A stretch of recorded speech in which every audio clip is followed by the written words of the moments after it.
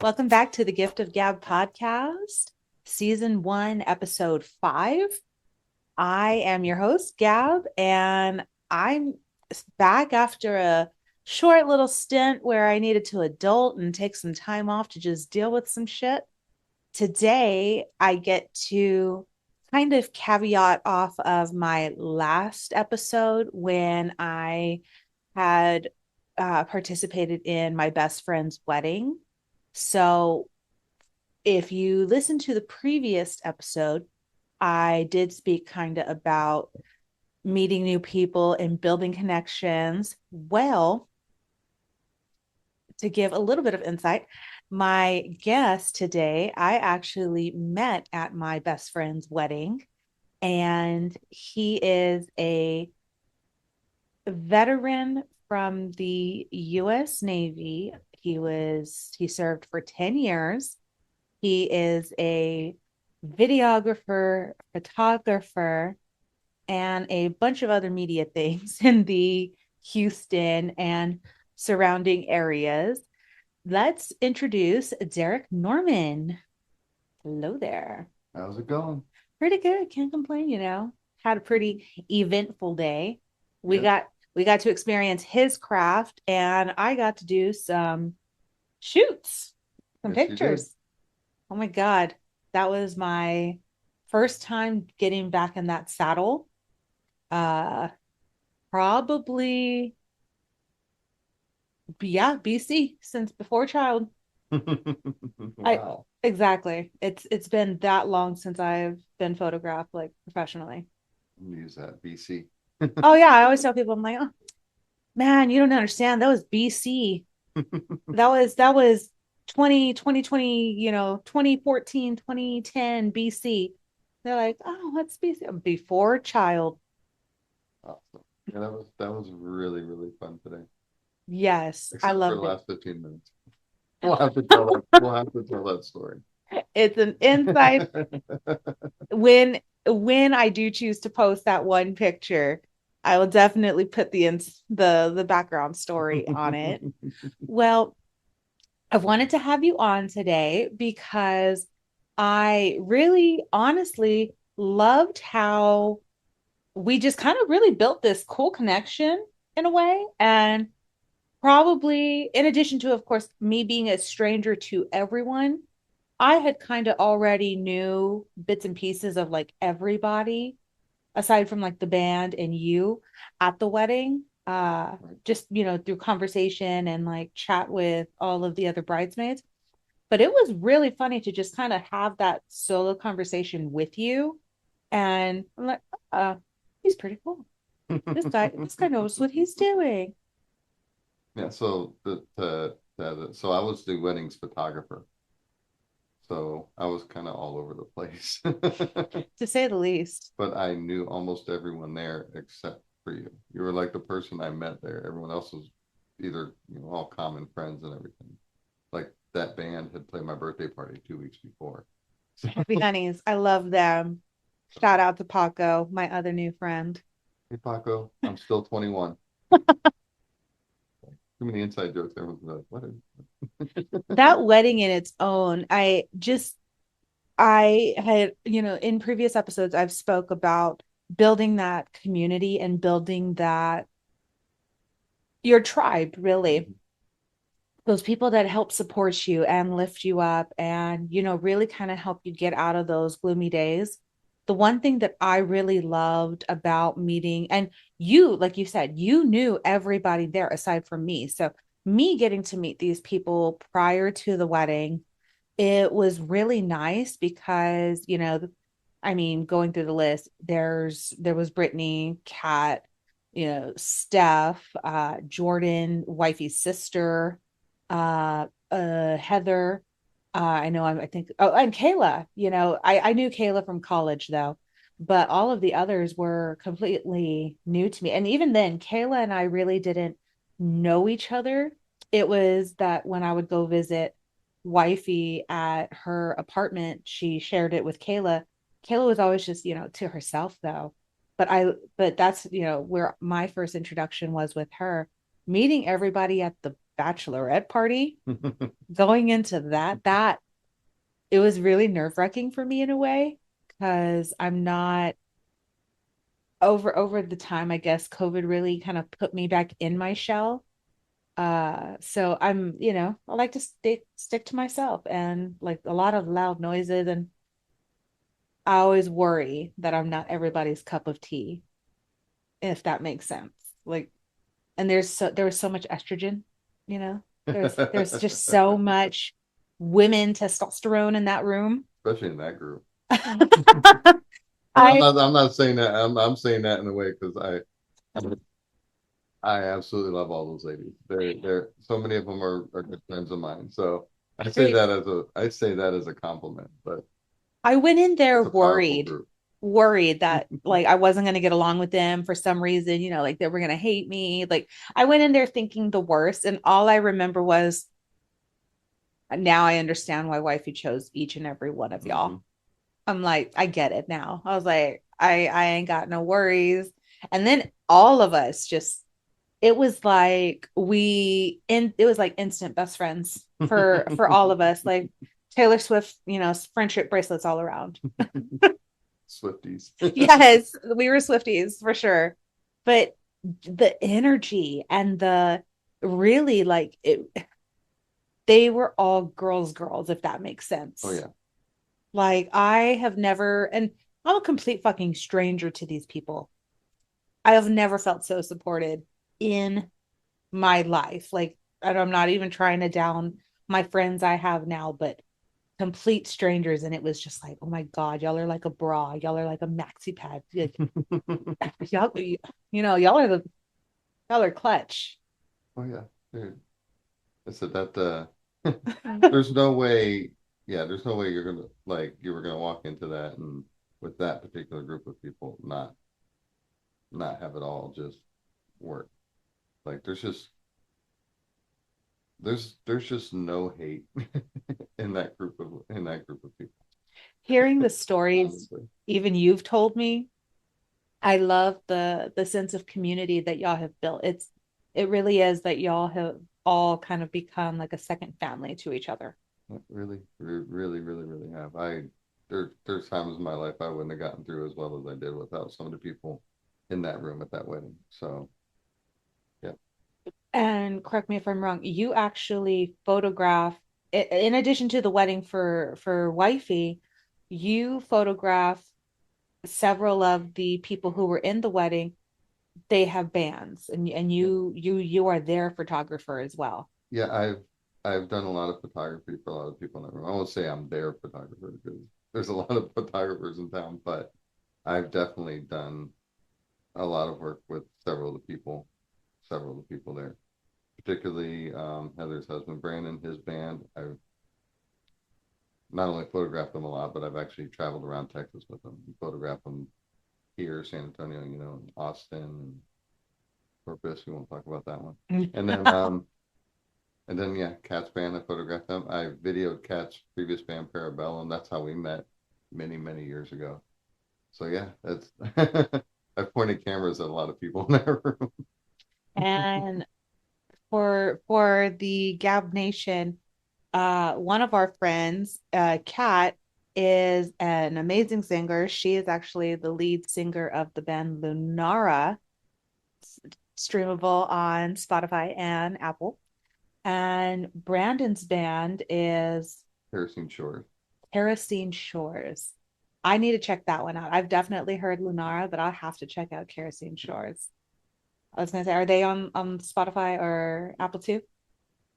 I don't remember. I'm not good with the streaming platforms too much. I generally listen through like YouTube and that, but I'm pretty Oh, sure I okay. know they have singles out, probably on all the streaming services. Nice. Okay, I'll have to definitely check those out. I'm bad with it because the only one I use for streaming is Spotify, and I know I find them on there. So definitely Spotify. Oh, okay. Perfect. I'll at least have to definitely check that one. So, going to the beginning of your timeline of your story, what kind of was your moment where you're like, I really liked taking photos? like you liked the idea of like I guess photography and what it had It behind it. was I left Houston for a few years and I came back in 3 years ago, a little over 3 years ago, and kind of when I years ago, many years ago, when I would shoot video of bands and stuff live, that's how I kind of got started with cameras in general. There wasn't as many people doing it, and like the like the technology was different, at least with what people in town Agreed. had. And um, when we come back, and there's some, and I shall say it, there's people doing video now that is way beyond what I was doing. And I'll say that and I'll promote the hell out of all of them. So it was just kind of one of those things where I wasn't sure what I was doing. I was actually looking to upgrade to catch up to them, you know. Mhm. Um, and I was out looking for equipment and stuff, and I was at a camera store looking at their used stuff because I'm looking to. There's nothing wrong with, Uh, finding the treasures. I'm all about used stuff. Um, and still, almost everything I have now for still photography, I got secondhand. I don't care. A deal's a deal. The deal's a deal. If I can get $1,000 lens for $300 because it's used, I'm on Winning. it. So I was at the store and there was a Canon 5D that was affordable, and it was, I mean, it's one of those things when you're buying something and there's a quote unquote defect, like the missing cap or whatever, the price goes down even further. But then it's like, okay, I'll buy that, and instead of a cap or something, I'll just buy this 50 millimeter lens that's also in the used section. And So is a Canon 5D, like I have, like a Canon Rebel mhm. T7. So is that like better than Yeah, that? yeah, 5D is it's a DSLR with full frame, and Oh, it's gotcha. Okay. so it's yeah, it's a little So it's higher more high end techy. than. What's funny is I also now have a Rebel T6 that funny enough, I bought from your wifey. A. That actually I use that body more than the quote unquote better body, mainly because it's easier in certain situations to pull that one out and work with it. Yeah. But yeah, I just ended up buying that one body, and then of course I have a lot of friends who are photographers, so I just start picking their brains and learning because there is, well, there's a lot of things that carry over, and there's a lot of people that do both video, and a lot of people assume that if you do one, you automatically do the other. No, Mhm. there's things that carry over and things that don't. So I like this when people ask about that. Without getting too technical, I say there's difference in creating drama with a moving image than there Mhm. is creating drama with a single frame. I get that. So, there's a different eye, I guess you could say, for it. Mhm. At least that's how I describe it. And technically, there's things that you have to pay more attention to in one that you don't in the other, and vice versa. So I started picking my still photographer friends' brains, and just learning. And it's just kind of one of those things where I really love this. I think I love this more than doing the other. So instead of focusing on upgrading to catch up with all the other videographers in town who had gone way ahead of me since I had been doing it years ago, um, instead of focusing on, oh God, I gotta get all my stuff up to 4K now, and I ended up focusing the other direction and just going still photography and learning, and I learn every day. Kind of honing in more on your Yeah. craft. There's things I figured out today. I was like, oh, learned something new Agreed. while we were shooting today. It's just, Yeah. Agreed. Yeah, exactly. so yeah, it's something I just felt, and I just love the editing process, and it's something I can also make people really happy. Let's Hmm. face it, most people aren't waking up every day going, I need a new video of myself. I don't know. Some people, I mean, there's I'm on some people when because you're when you're in that's in my head sometimes. when you're in certain fields that you're working in, yeah. Exactly. But when people are saying, let's say they have a new baby, they want Mm. to get photos done. They're not usually thinking, hey, we need to bring a videographer in here to shoot a video of the baby. No, it's usually photos. So I feel like there's a lot of things I was never in touch with doing video. Plus, I don't know. It's just something that you can charge less for and Yeah. and get more hits on because you can look for all the work in the world, but when people are coming to you, it's a lot easier to have Oh. something new. Oh, I want to try this, and that's it. I want to photograph this, and I'm thinking I've never done that before. So what have you done? Have you so I know of course photos as far as like bands and weddings. What other things have you photographed? Uh, Weddings. This was like, well, your wifey's. That was actually my first wedding job. Oh, cool. Do you have any other I've been looking for wedding jobs, and then Okay, so it is something you want to definitely pursue. right. It's a it's nice to be part of that. The whole feeling The is whole feeling of nice. like it was. You're there to work, and again, But you're just all up in their feelings too. It's right. nice. It's just to be a part of the vibe. And of course, this is also a friend's wedding, so I'm all Yeah. excited to be part of that. But just in general, you're part of a different kind of vibe with a wedding. And of course, yeah, live shoots are have been the thing I've done the most of, and it's a good thing because they're the hardest to do. Mm-hmm. So it's one of those things if you and get good photos of people while Oh yeah. lights are flashing and there's strobes and everything, and you can find a way to get that locked in, and then all of a sudden you have to go, oh goodness, you want me to shoot outside? Oh, that's not hard comparatively.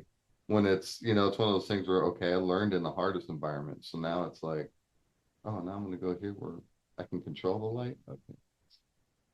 Okay. Well, that was kind of, today posing for the photos. I was trying to kind of think about it how my old theater teacher was. She would forever tell us when we would, because in acting, of course, and performing on stage, you you have to look at the audience like you're a TV set, like Hmm. this is the people out here. And anytime like we would start turning our backs or she's like, we can't see you. You're out of frame. We can't see you. You got to turn around. Yeah. And certain things just stuck with me over time. So, while you were trying to, direct and, do different suggestions and then change lenses, I'm like, okay, wait, no, none of this. No, okay, no, fuck. I got to clarify one thing because I know some photographers out there would probably want to kick me for saying it. Shooting outside isn't necessarily easy. I didn't mean it that way. Just No. the adjustments I have to make on the fly, there's not as much of that outside as there is in like a music venue where one song they light it all in red, and the next song they give you strobes. But outside today it was a fairly sunny day, and it was fairly sunny the whole time we were shooting. So once I got locked in, I could just shoot the whole without making any changes. So that's what I meant by that. It's like okay, versus making changes all throughout the entire thing. But yeah, it's fun. Like you were even saying today how it looked like I was just having fun shooting it, Exactly. and that's a to be honest, I found that joy in still photography more than I found in anything before. So you correct. I want to make sure I heard it right. So you've only done it for the past 3 years total? About 3 years, 2 to 3 years. Wow. I can't remember what day I bought that camera, and I can go back through the old photos. The first times I brought it out, and I'm like, ooh. But did you ever want to do it as a kid? Was it ever something that you kind of like would look at things and be like, oh, like that actually looks like a really good picture, or like have it in the back of your head, like, oh, that looks nice. Like, did you have an eye for certain things growing up, or was it kind of like something you learned as you got older, I think it's something as I got older. I admired great photography when I was a kid. Okay. I did a lot of drawing and painting when I was a kid, so I was more of that kind of artist. More of that creative And artistic. I Got it. was also playing instruments and things like that. So always doing something. There was And always something within the creative right. field realm. Got it. But Cool. I was also a film nerd, so that's where the video thing came in. So I was always about learning how movies were made. And I, with video, I was an editor before I ever filmed it. The only reason I started picking up cameras was because if I didn't make something to edit, I didn't have anything to edit. I get that. So I studied film, like the editing and effects process first. So it's kind of one of those things, everything kind of happened backwards. I kind of backwards my way to photography. It feels like I started way over here and then ended up over here, and now this is like my favorite thing I've ever done. So it's I know what you mean all too well because being in, growing up from kid to teenager to early, adult, we actually learned, I did theater arts. I even started college with theater arts, then changed it to radio, TV, film, communications, where we got to kind of do a radio station. We got to do a recording studio, like for like a news, and we got to put, I know I'm not describing it right, but like we got to push it to where which camera it would feed to, and run through the check of all of the communications, making sure audio and visuals were all, good to go. And uh, it really kind of helped me to understand, while I liked the performing arts things of that part of my creativity, I didn't really want to perform on stage as far as an actress goes, more than I liked the idea of talking. And I guess my sarcasm really got me after a while. And it just made stand-up comedy really like, ooh, I want to do that. But then of course I always wanted to still kind of do a show type thing, since that's what I really liked. And I don't know, my podcast kind of just always came up to head. But it was always something that I wanted to do when I was younger, and it just really felt it fed that serotonin. Do you get that feeling yeah, from taking pictures? Like, is that exactly. That's exactly what it is. I get this. Like right now, as we were talking today, I got like several active editing yeah, you were saying. folders going because of all the shoots I've done the last couple of weeks, and I like being in that position. It's like I'm gonna get home and I'll be like, hey, I got work to do, but it's also not really work because I just love doing it. So it's like if I don't have something to work on, that's when life feels wrong. No, exactly. And for you, how would I say? Would you say you received a lot of support when you kind of, started coming out to your close ones that you wanted to do photography? Do you still have that same support with them from when you first started to now? Yeah, I do. That's I don't know if anyone knew I was serious about it. I didn't even know if I was serious about it right off the bat. It's just I had the cameras and I was trying some things out and talking to people. Like my friend Georgia, I literally just she came into a show one day and we barely knew each other, but she was a photographer and I just grabbed her and said, hey, what lens you normally shoot with? 'Cause I've been shooting with the one I bought when I bought the camera. Like, Yeah. is there something else I need? Like, I liked what it gave me, but I was like, is this the wrong way direction to be going? And then she's like, I mainly use the 50 mil, and I was like, oh, okay, good. I'm on the right track. But then I just again picking brains, and all of a sudden, once it became, oh, I can do this, and people are like actively like, that was a really good set of photos I saw and stuff like that. It's like, you know what? Kind of liking this, and I just kept focusing on it, and all of a sudden, that was what I was doing most of my time.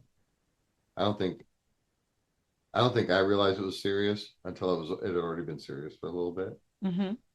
And I think I was the same with a lot of people around me because I was, a lot of people see me try a lot of projects. Like I still got a bunch of short films I want to work on. And my friend Matt, we talk about doing it. I always get like just a little bit of distance in, and then I don't keep going. But then again, my focus has been so much on still photography. It's Mm-hmm. kind of like, oh, but I still want to get them done. It's But hard to pull away sometimes. yeah, and I still want to get them done, but also had writer's block and some other stuff. But Oh, I understand that all too well. I've been writing the comedy skit for the better part of this year. I mean, I had started it previous years, but I've of course been kind of putting more pen to paper this year, and the writer's block is real. mhm. But staying on your short films, I definitely want to touch on that. You directed and created a short film that you entered into a film contest. It was actually a full length film. A full length It film. didn't. It God, didn't. my bad. Yeah. No, I was. I had submitted it for entry in some film festivals. It hasn't gotten in. And but the critiques have been fair. I'll be honest. It's a full length, feature length documentary. How long is it? 95 minutes. Oh, okay, yeah. So it's and it's a. I guess it's you could say it's a topic that I think the film has a sort of it has an audience of of people who have been through certain things. Hmm. And I think if someone's not of that audience, they don't necessarily get why they had to watch a 95-minute movie about it. That's kind of what I got from the critiques I've gotten, which is the people, its intended audience, so to speak, Hmm. get it. And then it was the same thing with the critics sites that reviewed it. If someone was part of that target group, Hmm. it's like it was a 5-star movie. But if they weren't, then it was a 3 out of 5. And I would like to definitely touch on it if you're okay with Yeah, that. that's fine. So for the Gab Nation, uh, Derek's short film actually consisted of the topic of suicide and mental health struggles and really the arduous journey of getting through it and getting past it and rising, really kind of rising above your demons. Yep. um I know, it's a little trigger warning for people, but I mean, if you're willing to talk about it a little bit, I would really love to hear kind of like how you overcame your battles. Yeah. The movie is literally about it's Is that not a a, title? it's called Reclamation. Reclamation. And it's about reclaiming your life after you come up from rock bottom. So the movie isn't about suicide in particular. It's about any kind of rock bottom, really. In my case, that's what I was going with, was talking about. But really, just anything that brings you all the way to the bottom, you got to climb your way back out. Okay, now that you've climbed your way back out, now what do you do? Hmm. So that was where I focus. It doesn't focus on the negative side. Of focus on, okay, now we're in the positive. Let's push that. It But always yeah, has that innuendo in the back right. of being from this. And it was intended for people who are going through or have been through or are getting close to going through that. So I get where somebody who maybe hasn't been or hasn't had family members or whatever in that kind of situation may not find the entertainment slash value in Hmm. it as much as somebody who has, like, the first review I got back from the critic emailed me and said I had to take a break. Hmm. I didn't know what she meant right away, but I found out later it was because it hit her hard. It It hit impacted it. home. She had, yeah. So I like hit it right in the, right in the spot. So she had to take a break before she wrote it out. And it was a beautiful review. And it was like, oh, okay, that's a good start. But then another reviewer was like, kind of like had the I don't get it. Got But it. But but because they didn't really understand, possibly, I right. guess. So they gave it a 3 out of 5 because they said it's well made. The person obviously, and they actually said he obviously cares about the topic and he clearly knows about the topic, but it obviously didn't hit them. And so I get it. Hmm. It's a intended audience kind of thing. And then when with the film fest thing, it was hey, they felt it would have been better as a like a short form because again, 95 minutes. And I get it, but it was one of those things where if I could go back and re-edit from the original, I probably would have gone a little shorter. Hmm. But and still gotten the point across. At the time, my mindset was I'm going to go into this raw and I'm going to go into it unchecked. Hmm. Which most people, when they're directing a film, the last thing you ever want to hear is they're going unchecked. Hmm. It's Yes. true. There's a film, and I'm not gonna, nah, I should name it. Name it. It's called Carnage Radio. The Carnage director, Radio. it's not out yet. It's in the film fest circuit, Come on, name it. but I remember the director. was telling me at the film fest, like his original cut was really long, Mm. but when you make something, you have trouble cutting up your baby. It's Very true. that I've Very I've true. filmed this. I want this to be the way I pictured it, kind of thing. But his assistant editor kind of re-edited it and got it down to a more um, manageable length without losing anything in Yeah. terms of the movie works. And he said that it works. It works better this way. So having that extra set of eyes changed it. Yeah, the movie's phenomenal, by the way. Whenever it comes out streaming or whatever, and you get a chance to see it, go see it. But yeah, and I look back because this was after I'd already been told, hey, the length and make this, it's kind of too much, kind of thing. And I was like, maybe I could have come back a little bit. But at the time, all I thought was, if I'm going to get through to people, if I'm going to touch the people I need to be seeing this, I don't want to ever look like I edited myself. Mm-hmm. I want it to be me raw. Genuine, yeah. If I choke while I'm recording the narration, then the choke is still in it. Mm-hmm. The only time I re-recorded was if I completely botched it to the point where it was it was like if I just lost it, yeah, I re-record. But if I just had a little choke, a little pause, whatever, I left it in there. So so there's a lot of reasons I did a lot of talking at the camera. And again, if I was trying to get a point across that if I'd written it in advance, it might have been 2 minutes versus 6 minutes of talking. But if I wrote it and I was just reciting what I wrote, it wouldn't get the It wouldn't same. have been as genuine I wanted or to be like authentic. everything you're seeing is raw. Period. I wanted to be able to claim that Mm-hmm. and be that.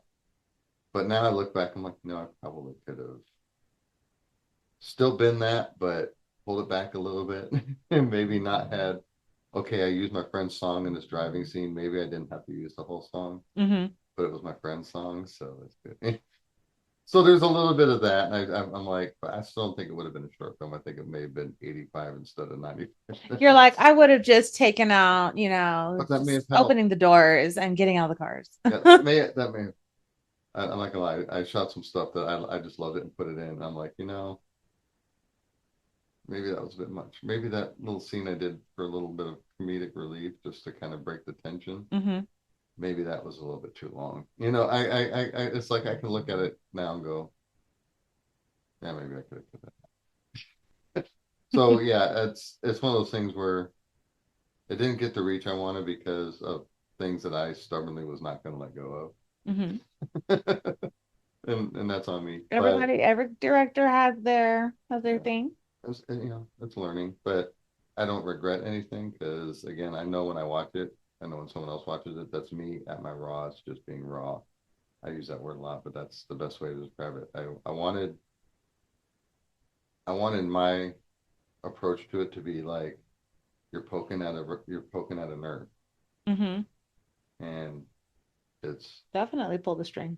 yeah, it's like there's an exposed nerve, and it's getting Mm. poked, and Yeah, of that's course. You that's wanted to get in on that, like rip the scab open and just it's there's an infamously great and yet funny in its own way interview in it where my friend Matt, who was a huge part of everything in my own recovery, he was going to be one of the main interviews, and again, I just wanted him to talk.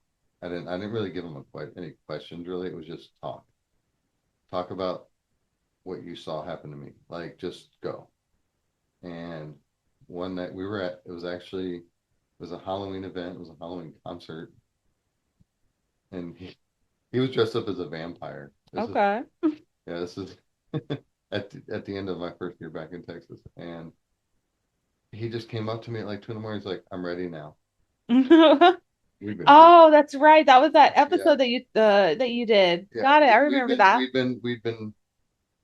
we've been drinking and everything that he's like, "I'm ready." So we went out in the parking lot. At the time, I had a van, built to a Sienna that Mhm. I no longer have. I opened up the hatch in the back. He sat in the hatch and he just talked for like 10 minutes. And, but that's how we got it. But you know, again, it was in the moment. He just said, I'm ready. It was time. And was it wild that all of a sudden the movie cuts to an interview with a vampire sitting in the back of a van? Yeah, It but it was real. was, yeah. It was real. You know what I mean? And I didn't cut much out. It was very much, it was most of it was left intact. So again, it was the, I said that when I was talking to Paul, who runs the film fest in Hmm. Huntsville, Texas. And he was like, "Hey, Kay, you know, this is what the board said about the movie," and I agree. I was like, "Yeah," but you know, I stick by my guns, and I kept it real and raw, and that's how it turned out. And you know, looking back, I'm like, you know, maybe I could have gone a little different, but at the time, again, for me, it's raw. That's what I wanted. It is what it is. For the vine. You know, and then it's funny because later at that same film fest, I had a talk with the director of Prime Radio, James Pike, and I'm like, and he's talking about the re-edit process with the assistant editor, and I'm like, I wonder what would have happened if I had another like really good editor come in and look at my cut Hmm. and maybe find a way to trim that down a little bit without losing what I was not wanting to lose, Of course. right? You know, but because their heart's in a different place than mine. Mine is I spent This is six your months baby. You don't want pointing to a cut it camera up. at myself. I'm not. But no, I still there's no regrets on that. It's the first time I had some people I didn't know messaging me saying that the movie helped them correct their life. I was like, that's all I needed. Because I said at the beginning, if it helped one person, It did its job. then it did its job, and it helped more than one. So I gotta be happy with How long ago did you make the movie? that. It was started in 2021, Got it. Okay. and yeah, it was finished in 2022. I think. I don't remember the exact dates, but somewhere in there. Oh, okay. It's funny when I watch it now because even my own mindset about some things has changed. You know, it's one of those things. It's a capture in time. Like, It's funny you say that because you know how Facebook has the memories and mhm. stuff? So there was a time where I had my old profile, so I had to make another profile to get to that like professional mode thing. But there there was this part in the old profile where it would bring up my memories and oh my God, I had made that account when I was like, I want to say either a senior in high school or a freshman in college. And some of the things I posted back then to now, I just wanted to like bitch slap my like throat punch myself. I was like, oh my God. Like if I met myself now at 33 and was speaking to my 19, 20-year-old self, I would deck her Yeah, because I just reeked of I was not. I thought I knew everything and oh my God, I did not. I'm so glad I permanently deleted my old Facebook. I want to. It Everybody doesn't keeps tagging my exist. old Yay. Um, I don't want to lose the pictures. I don't want to lose the pictures. I like them all. one of the funniest things about the movie now is, and when I recorded this portion of it, this is before I moved back. This is the portion that basically like half the movie is before I moved back, and half it's like a third is before I moved back, a third is the trip back, and Where were you so it's living? kind of like a road movie, and then a third is back in Houston and Where were you living prior to Houston? uh, up in up in North Idaho and west Eastern Washington. Got it. So it's Okay. between Sandpoint, Idaho, and Spokane Valley, Washington. Was Yeah, there anything to do there? Or are you bored? No, there was plenty to do. Oh, I okay. definitely didn't come back for that reason. Oh, I miss it for that reason. Oh. Yeah, that was the stuff I didn't want to leave. In fact, a whole lot of the first third of the movie is me talking about why on earth do I want to leave this place? But then going through the reasons. Um, but yeah, but in the movie, there's so much talk about how I was rediscovering my love of filmmaking, Mm-hmm. and now I'm not even really doing that. I'm like in still photography mode and happier than I've ever been with my crafty side. And I watch a movie now, I'm like, oh, that didn't last long. That changed quickly. But not necessarily, I mean, I like to call it metamorphosis. So, it's it's not that you didn't necessarily stay within that craft. You also just learned what you liked more than film. At least if, had you still done film, you might not I like it still as much will, of but this as the still, And like you said, yes, you still are going to dabble in it, but you just also know what you've grown more with. I think now is I want to collaborate more. I want to come up with ideas with other people. I want to bring some, like I said, some of these guys are doing video now that are when I move back here, I'm like, whoa, look at these guys are doing. Oh yeah. I'm way behind on that ball because I was up north and evergreen, but mountains and not really having the. It's I like, wouldn't have wanted to live either now. but yeah, but I moved back here and the music video these bands have now, local music videos, it's like, man, this looks way better than stuff that MTV used to show. Like Oh yeah. these filmmakers here are killing it. And I go to the film fest, I'm like, man, look at all these guys finding ways to get people together and make these amazing things. And I'm like, I fell behind the eight ball. I mean, there's a lot of reasons because it all started way before I moved away, but I Mm-hmm. definitely fell behind in terms of the technology and the craft and It's easy to fall behind right. though with this type of Mm-hmm. field. Being a content creator, a podcast host, I mean, there is something new to learn every day. There is a new Canva thing, there's a new TikTok, there's a new Instagram algorithm that you have to, make sure to wiggle your left toe, otherwise Right. it's going to kick you off. And I'm Exactly. like, Yeah, my thought is I want to get with some of these guys and like same. not be like, yeah, I'll run a camera, but I want them to run their cameras. And I want us to come up with ideas and I want to be involved. And I've done some of that too. And it's like that's really fun. It's like this guy's director, this is his video. I'm here helping him with lights. Because I've done that before. And Mhm. and I'm running one of the cameras here and I'm doing that's really fun. And if it's my thing, it's like I'd like to direct something where a bunch of us are all coming together and putting something together, and maybe I'm the editor. Mhm. It's they shot it with their phenomenal cameras and the eye that they have, and now we're working together on the edit, Yep. and I bring that old skill out. That's the kind of stuff that is in my mind now, where someone writes something and then we all Agreed. zoom it together. I would love to collaborate with other content creators. I actually went to a brand building boot camp at the beginning of October, and the one thing that I really loved about that was I was able to one meet several, people who are in the same boat as me, kind of just getting started with different things. And then the second thing was I was able to meet very influential people that I know. Samantha Naheda, she's from the Bean and Cheese Smith podcast. She's also a comedian, a stand-up comedian and an actress. I got to meet her.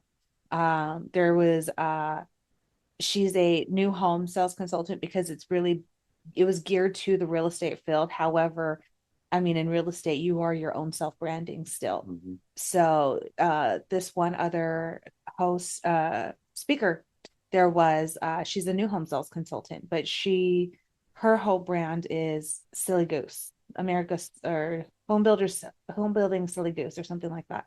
Her name's Jenna. And you got to see their passions. You got to see them. And I'm sure all of them were nervous at one point, or even then at that moment, speaking to a group of over 100 people being there, I want to say it was 100 to 200 people. Um, and really just honing in on their craft, learning and wanting to show others their passions. That is actually one thing that I've been trying to do with uh, other people. However, a lot of people see you sometimes as a competition instead of a collaboration. And that's the part that I always get very frustrated with because I'm like, I want to be here to help and grow together, Yeah, I think that's one of those things that I discovered in the photography community was the second I was, there's always going to be somebody out there who is kind of going to just be solo and want not to work with other people or whatever. There's always going to be, let's face it, not everyone in the world's a great human being. It is what it Mm-hmm. is. No. But one thing I discovered about the photography community is so many people wanting to help each other out in a way that I was shocked. Like, you start asking other photographers for how do you do that? And you're worried that they're going to think, oh, this guy's trying to take some of my business. No, it was no. Let's do this. Hey, let's do this. Like you know how we talked about water Mm-hmm. and how I love getting the shots with the water and um with the my brain just went blank with the high shutters with the high shutter With the high speed. shutter, so that way you can And see like the so, water and so you can stuff. see the drops, and that's something I like to do. Well, I learned to do that from my friend Kendall, who's a photographer, and he said, "You want to get good? Go shoot water." He pulled up photos he was doing of water, and he goes out and plays, and he showed me all stuff, and he's like, "Go do water. Trust me." He was right. It's a whole thing, and but all the time, we're all willing to help each other out. Hey, I do this, I and I still do can't this, believe we waited that long. and that was funny. Are we waiting on that story? I Yeah. had to touch on it. I Yeah, was like, because now it's in the back of my head that we waited that sometimes you long. gotta wait to get the perfect shot, Waited to get the shot. and sometimes you gotta be patient. So yeah, I discovered with that I was like, man, there's no. I mean, there's always some people that want to compete, but for the most part, and I've had, within months of me starting photography, I had one person, hey, I got this friend, they want me to photograph this event. I'm not available because I'm already photographing here. I told them to call you, and now I've got this job, and they got a job, and we're all happy, right? Mm-hmm. So that was a total discovery. Like, it's not like that in every field, but in still photography, I found a lot of that. And the same, and honestly, go back to video again. These guys now, they're shooting things that I never imagined like local people would be out doing for local bands Mm-hmm. like 15 years ago. It just, again, the world changes, technology changes, things that are available to people changes, and I'm seeing stuff they're doing. I'm like, wow. And I know a lot of them because I get along with a lot of them too. And some of them also do still photography. And I'm thinking, I bet if I said, "Hey, I've got this idea," and if they had time, they'd want to do something like that. So it's a community. It's generally a community where everyone's like, "Cool." And again, that's how I ended up on one director's set doing lighting and running one of the cameras. It's everybody's got, and I was like, you know what, this. But I also see other communities like you're talking about where it's like, man, these guys are kind of what's what I'm looking for A-holes. unhealthy. I'm not a-holes. Unhealthy, unhealthily, because there's healthy competition and then there's unhealthy competition. Yes, that's Like, why I said a-holes, because I'm like, you're unhealthy. Like, who hurt you? Because I'm just trying, I'm I, just trying to meet you halfway. but I felt lucky in my world where most of what I've experienced has been healthy. Like, I'll see photographers, I'm like, man, that was amazing. And I'll go, like, there's a good guy named Brandon Boyd. Um, and I'm just throwing out names. Um, maybe at the end I'll just list a bunch of people. Right. But We'll tag you at the end. But yeah, but Brandon Boyd is a photographer. I forget what town, so hope he didn't come. No. But out towards Louisiana. Oh, okay. But he's friends with a lot of my friends, and he's photographed bar rats who, now I'm throwing band name, who several of my friends are in, and I photographed them a lot too. There was one time he shot them, and there's a very particular shot, and I said, hey, I just messaged him like, hey, that's you use the wide angle to pull that off, right? But it wasn't a typical wide angle type shot. Something that's a creative use for it. I was like, that was in a wide angle. And he's like, yeah. Well, the next one I bought was a wide angle because I wanted to do shots like that. Yeah. But it's not like I stole from it. No, I'm like, dude, Brent, Teach me, I learned Obi-Wan. this from this guy. Like, I'm not, Yeah. I'm not, I don't even like, Tag the credit. I don't even like, there's no hiding. It's like, no, this was inspired by him and his work, and there's a photographer, Maurice, who passed away a few years ago. He used to come to shows and he had this great thing he used to do with wide angle. He would get this one shot of a full band on stage and he'd post that one shot and it would be the most beautiful thing you saw that week. Um, and so if when I shoot bands, I try to get a wide angle shot of the whole band on stage when if there's enough space, because sometimes when the crowd's really crowded you can't do it. When the people are too thick, it's hard to get that spot. But if I can pull it off, I do it. And I stress that, hey, I learned that from Maurice. There's no, so I like that we can do that in the photography community. Like, no, I want to be able to do, so it's like, yeah, I'm inspired by this lens because I saw this guy use it to do something amazing and I want to do that. But now my way of doing it doesn't look like theirs anymore Because you've because been my able to put, personality comes into it. yes, Their personality goes into theirs, mine goes into mine. So it's like you can feed off each other and learn things, but at the end of the day, it's your art. it is your art. The way I use color is different from the way this person uses color, is different from the way this person uses color.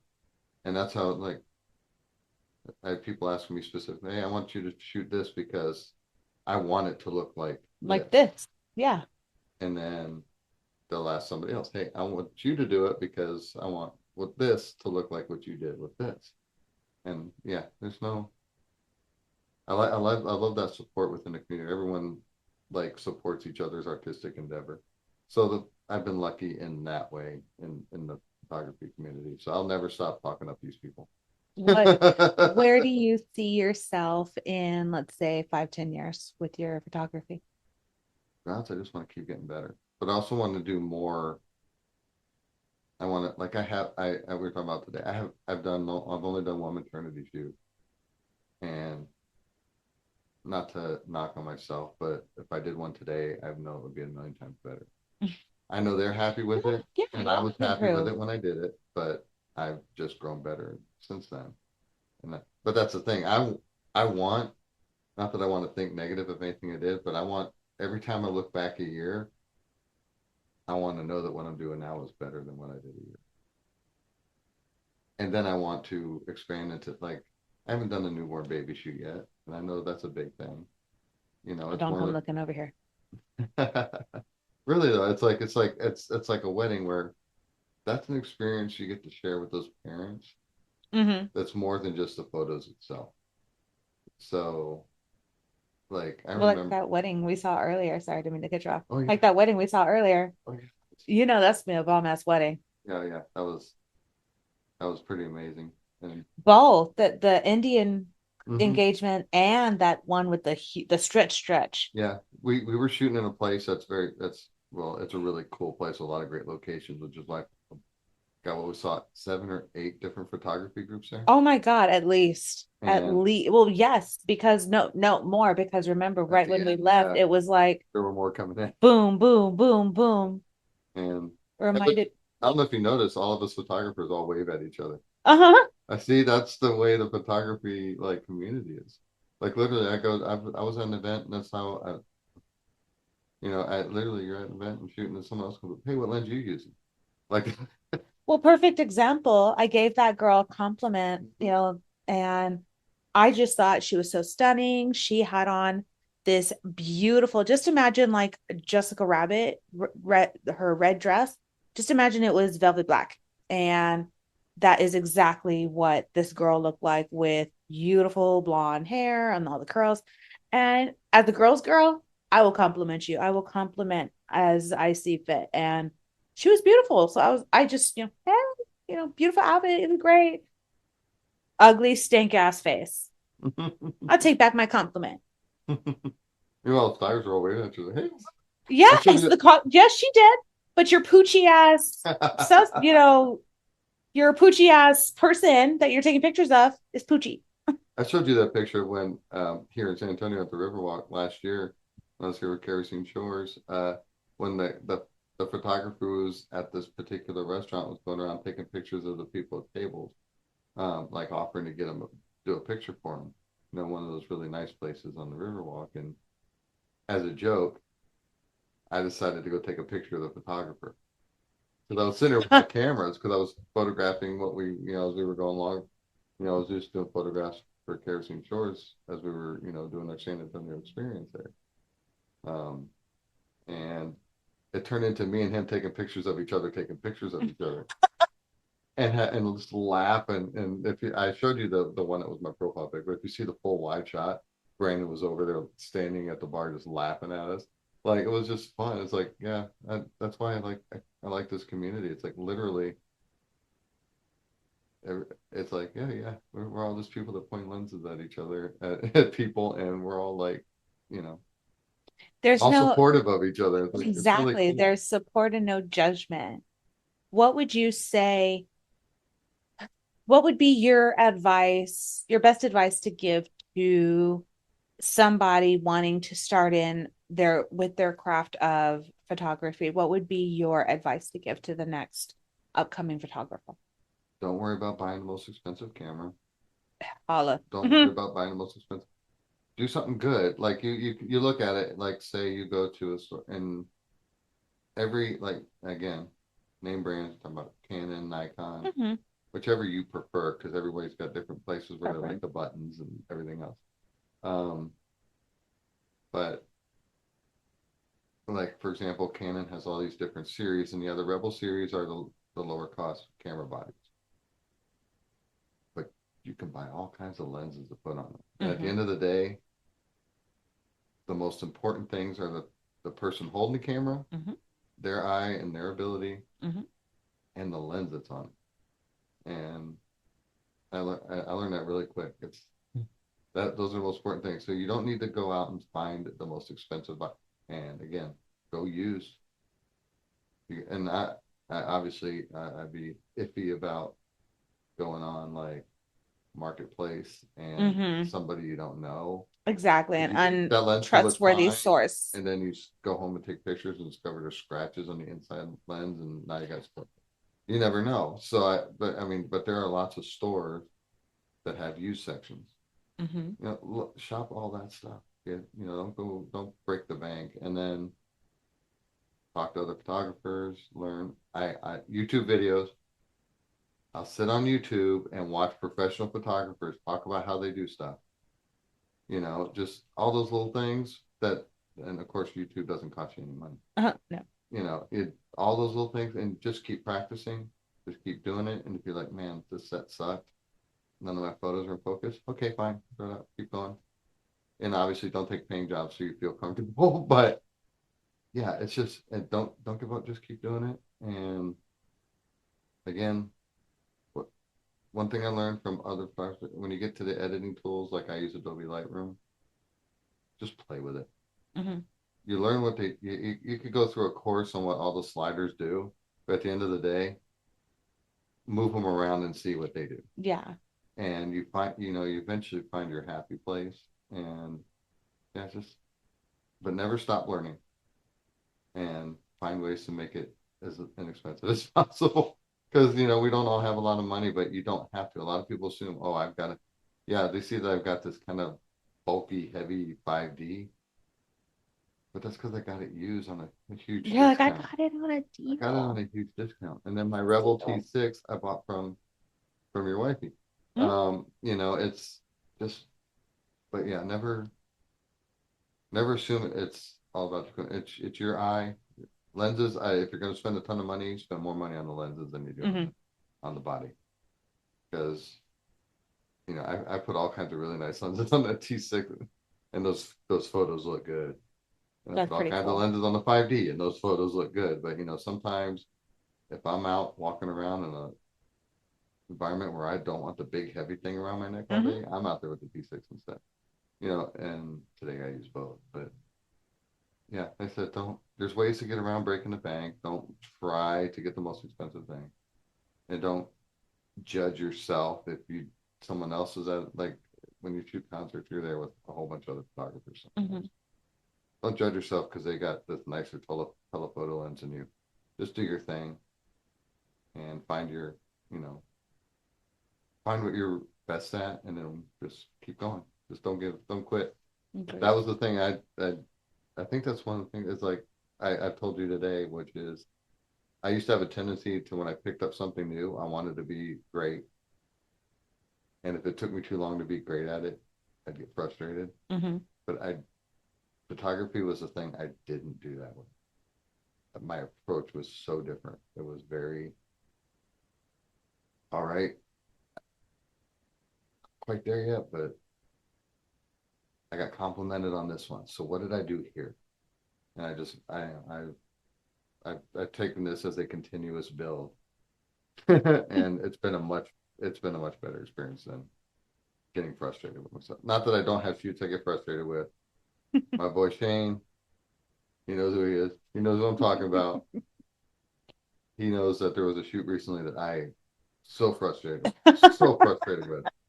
And I'm We've not all gonna had say why, those. because I'm not gonna talk bad about like things about conditions that I couldn't control. But I wasn't happy. But I wanted to make something happen from it, and I'm just like, he knows I was sending messages like, I'm so this Like, sucks. ah. Sucks. I can't do anything with this up. And then I actually took a step back and kind of started back from the beginning, and I finally found a fairly happy place with getting some decent ones from that shoot. But it's not always going to be happy. But at the end Mm-hmm. of the day, move on. I've already had multiple great shoots since then, you know. So yeah, just be patient with yourself too. And what advice would you give for those, in their healing process for mental health, those going through those cloudy days? What would be your advice for them? Kind of the same thing. Just it's don't give up. it's it's you got the biggest thing is, honestly, to be honest, the real biggest thing is know you have a support system. That was most of the people that want to give up hit that point. It's because they think they don't have anybody, or as we like to say, they think they're a burden on everybody. They don't want to make everyone else feel bad because of their life, and they don't want anyone else to hurt because of them. And so that it's that burden thing.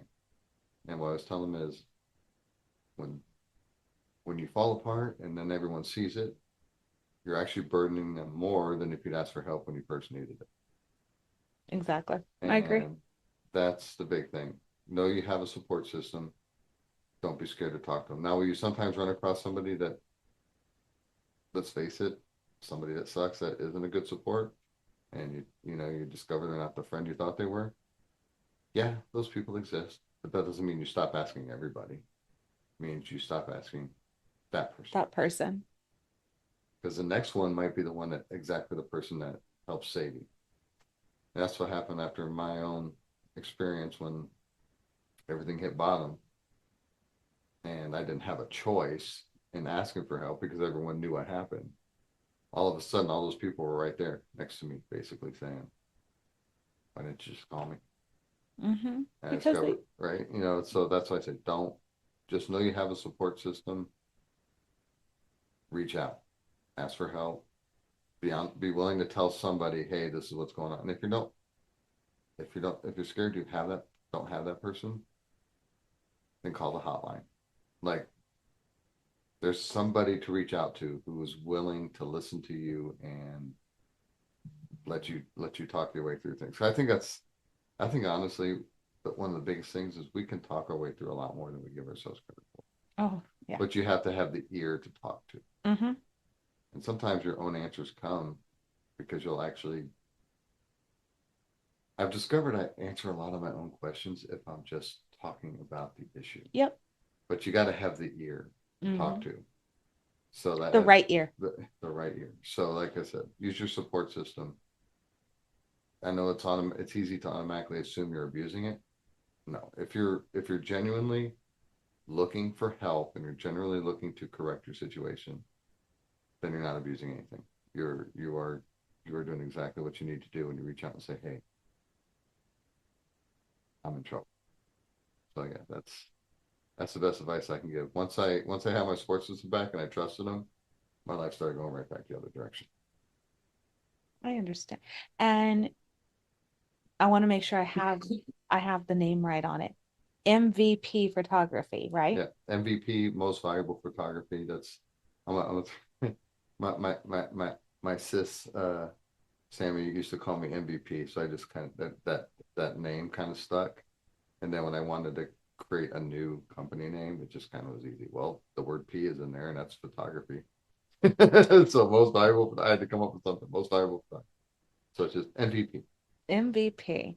Got it. Well, for anybody looking for a photographer, videographer in the Houston, Texas, or surrounding areas, I will put Derek's information for his MVP in the credits so that way you're able to go throw a like or a follow for him, give him some love. I appreciate you coming on today, giving us a little bit of insight just about you and especially about your your long film. And I do hope to be able to eventually edit the information for this show's info so that way we can definitely include that so people can check that out.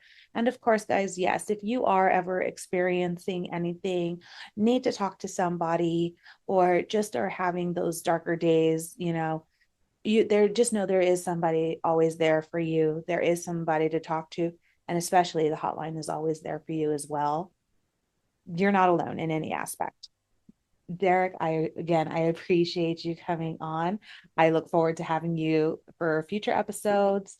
Thank you for coming, to San Antonio and visiting the Gift of Gab podcast.